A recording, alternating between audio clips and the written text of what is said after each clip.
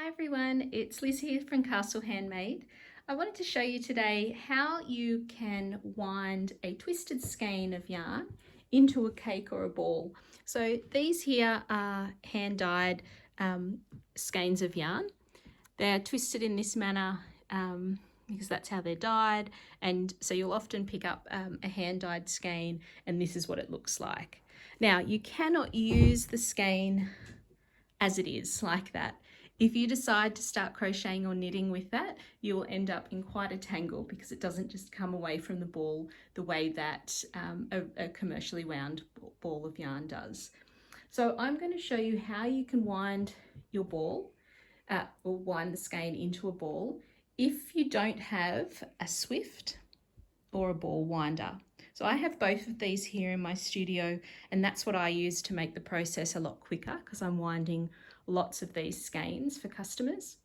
However, if you're just at home and you've got a couple of skeins yourself and it's not worth the investment of buying a Swift or a ball winder, then you can go ahead and turn this skein into a ball or cake of yarn ready to use.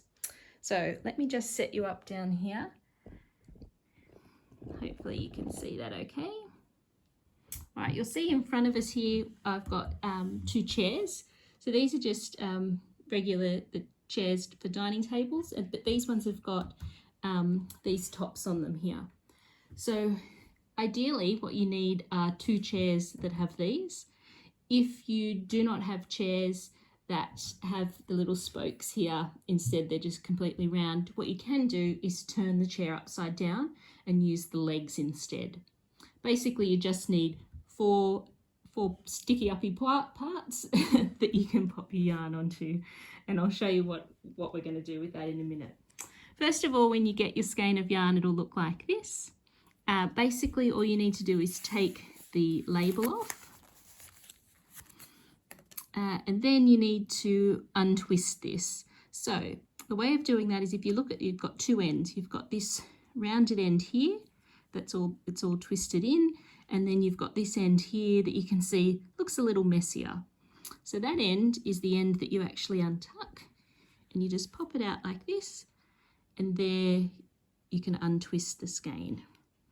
So just let it drop like that, and you'll end up with the untwisted yarn then. Okay, after that what you need to do is just pull it apart with your hand, and you'll see it easily comes undone and it becomes this ring of yarn there, and it's all tied together with what you'll see is some little pieces of yarn, and that just holds it all in together nice and straight.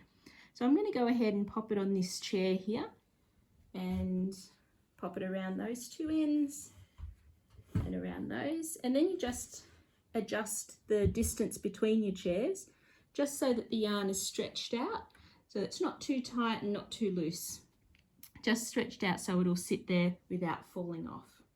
The next thing you need to do is go ahead, there's usually 5 strands, 4, actually no, I lie, there's usually 3 or 4. So first thing you do is grab a pair of scissors, and what you'll need to do is just trim. You'll find a little knot there, and I usually just cut that knot out, and then I end up with 2 strands, the 2 ends, sorry, and then I just pull it out and that'll undo around the skein. You'll find another one that's the same with just the 1 knot, and you can pull that one out.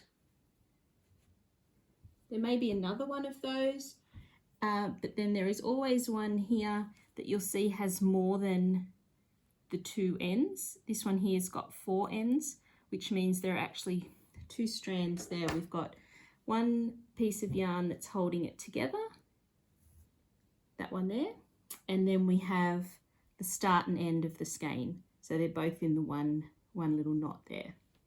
Now, what I do next is I try and sort of flatten out the yarn so it's not twisted. You'll be able to see when you start doing it yourself, you'll see that the bundle of yarn can be twisted, and then it's easy just to sort of flatten it out. Then the next part comes deciding which end you're going to start with. I usually like to take the one that's sort of sitting further on the outside, like this one here. And what I do, just to test it out, I'll usually take it around a couple of times just to see if it neatly comes undone without getting tangled. And that one does.